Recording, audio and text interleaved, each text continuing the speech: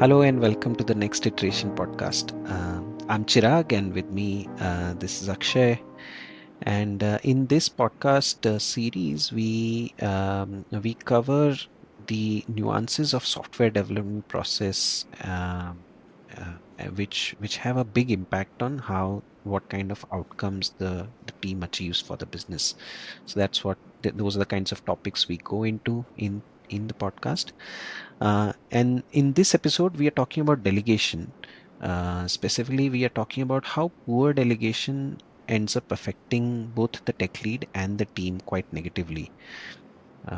Yeah, so that's the context. So of course, we all know that delegation is one of those things that all new tech leads tend to struggle with because it is one of those tough transitions for new tech leads.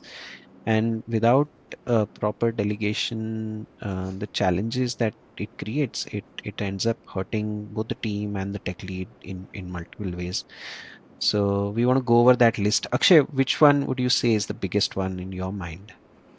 Yeah, I think the biggest and the most obvious one, and the one that we've seen across our own organizations and client organizations, is that all tech leads seem to be burnt out.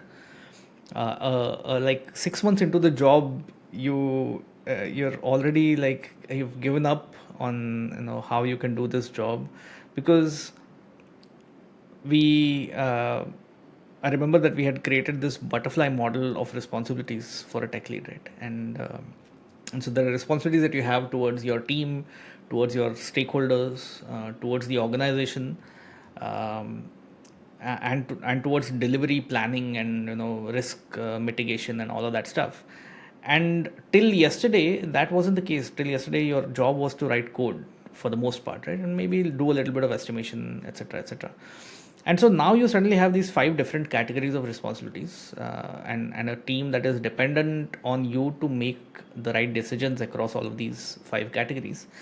But because it's so difficult to delegate, as we covered in the last episode, you end up doing your old job as well as your new job, and that's just a recipe for disaster. And so a lot of tech leads that we see, especially early in their career before they figure some of these things out, are just completely burnt out, and that's not a great place to be as a tech lead. So that's the first implication, that you get burnt out, you make sloppy decisions because you do just enough, especially on the more difficult responsibilities, which are your new responsibilities. Mm. You end up doing just enough because you just physically don't have the energy and the capacity to pay attention and to do a good job with all of these responsibilities. And of course, that means that the team suffers because of the decisions that you're making while you're under stress. Mm. Yeah, and the tech lead feeling stuck in their old role, meaning if they don't haven't yet figured out how to delegate enough, then they essentially will continue to perform their old role as well as the new role. And that one, like you were talking, Akshay, it leads to stress, and they'll be overworked and so on. But the other thing is that it can make them feel stuck, Mm, that in their head they are trying, they're doing this new role, they're supposed to, like, do more things or newer things, and they find themselves essentially being stuck in solving the same kinds of problems that they were solving till yesterday in the code and on stories and so on.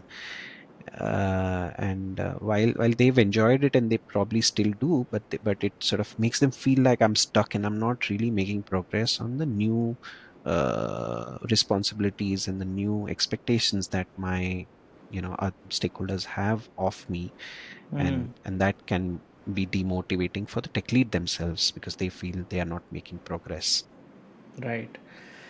Yeah, and at the same time, the other clear, people who lose out in this situation is the rest of the team, because essentially what happens when you pick up new responsibilities is that ideally you are making space for others to do the kind of work that you were doing. And so for that to happen, you need to be able to delegate that work. So let's say that you were the one picking up complex stories, or you were the ones who were doing the stories related to a particular tricky application or a tricky API that you guys were playing with. And so, if you continue to do that, then you are almost robbing someone else of the opportunity to learn how to do this complex stuff. Um, and so, it's missed growth opportunities for team members and burnout for you as a new tech lead. And so, that's the other implication of not being able to delegate at all or not being able to delegate well. Mm. Right. So those were essentially points when people don't delegate enough, and once tech leads start to delegate, um, they often make the mistake of micromanaging the task that they have delegated. And this happens because of multiple reasons. They are worried about the quality of the outcome, and so they are keen to support the individual. They are keen to make sure all the right things get done in the right way, and there's no loss of time or no lack, no dip in quality. So it's coming from good intentions from Right. the tech lead's perspective, but yeah, so they can be too directive, they can check in too frequently, they can keep adding their 2 cents and correct the team member throughout the task, and this can have a significant demoralizing effect on the team member, because they can then feel that they are not trusted to think independently or to execute these tasks independently. And in a way, it can frustrate the tech lead themselves, because essentially they'd be ending up spending a similar amount of time, even though the other person is As now if they were doing the doing it task. themselves. Yeah, it's like they are spending similar time, or if not, the time spent is not the same. The mental energy spent Mm. is about the same. You're thinking through it in all the details like you used to when you were doing that story yourself. So mental energy you've spent is still quite high, and you don't get any of the satisfaction that you get when you do it yourself. And so yeah, it can be frustrating for the tech lead themselves, because they feel like I'm putting in all this energy, and the team members not receptive to my ideas. I have to push to make things happen properly, and on the other hand, the member is feeling deflated because of because of too many instructions. So that can be troublesome. Right. Yeah, and in the last episode, we had also discussed the other extreme of poor delegation. So one is micromanagement, but the other is to not give enough context at all, or to sort of delegate and assume that everybody has the exact same understanding that you have of what good looks like, first of all, and also how to do that task. And so, depending on the task and the person, that might actually be the wrong thing to do.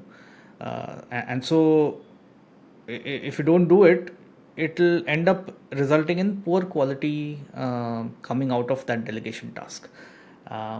So let's take this example of the complex story that we were talking about. If you don't really describe why this API is tricky and what to pay attention to while working on this particular story, um, then you will get back something that is not up to the standard. And because it is still your accountability as a tech lead, you will end up having to get it done properly. Now that means you either get it done from the person who was supposed to do it, or the pair that was supposed to work on the story, or you end up doing it yourself.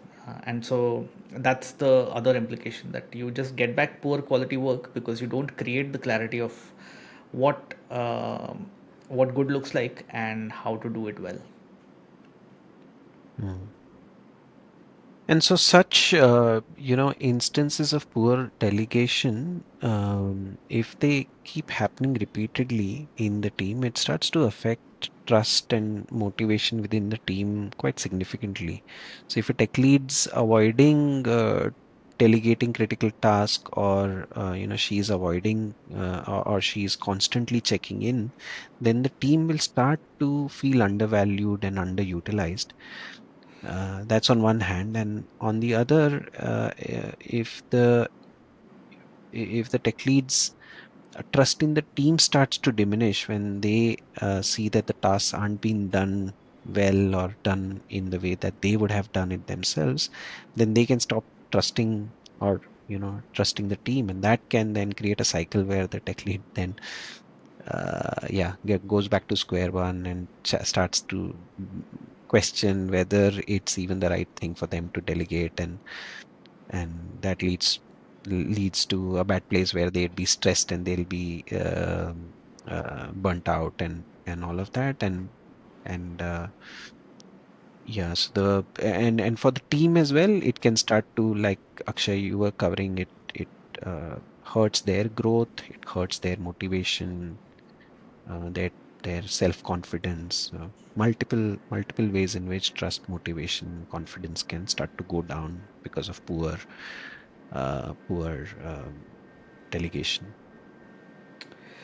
Yeah, and I think the sort of end result of all of this is you lose trust in your team as a new tech lead, that hey, I can't trust this team to do anything at the kind of quality that I'm used to. Or the other effect is that you lose confidence in yourself as a tech lead, and that's also very likely to happen because you're probably already entering this space with some level of imposter syndrome of figuring out whether you're really uh, ready to pick up a new set of responsibilities, and someone has seen potential in you and has offered to give you these new responsibilities, and so you're already approaching them with some level of hesitation. And then if delegation doesn't work properly and you just end up in a place where you are stressed and you can't trust your team, and they don't like you either because of all the erosion of trust and micromanagement and all kinds of stuff, then it just you start feeling like, okay, what, why am I doing all of this? I should just stick to writing code, and that's where my happy place is. And so it just then leads to loss of confidence and overall um, unhappy place for a new tech lead to be at. So yeah, that's not a good outcome for anyone at all. Yeah, and I've come across so many instances where people take a good 1 year, 1.5 years to get to a Mm, point where they have figured out like the right balance, and the right ways to delegate, and then they start really settling into their new role as a tech lead, because then they'll actually have the mental capacity available to do the new parts of their job properly. So right. yeah, delegation is one of those critical skills that requires practice and requires self-awareness to be built for the tech lead, and it's an important one to pay attention to in a conscious way. The more Mm, one tries to learn it consciously right from the beginning, the better, the smoother the results will be, and the faster the transition to a place of confidence with this skill and with the role overall. The tech lead will be able to get to. So yeah. So in our next video, in our next podcast episode, we will share tips on how one can start well and how one can do delegation well, what to keep in mind while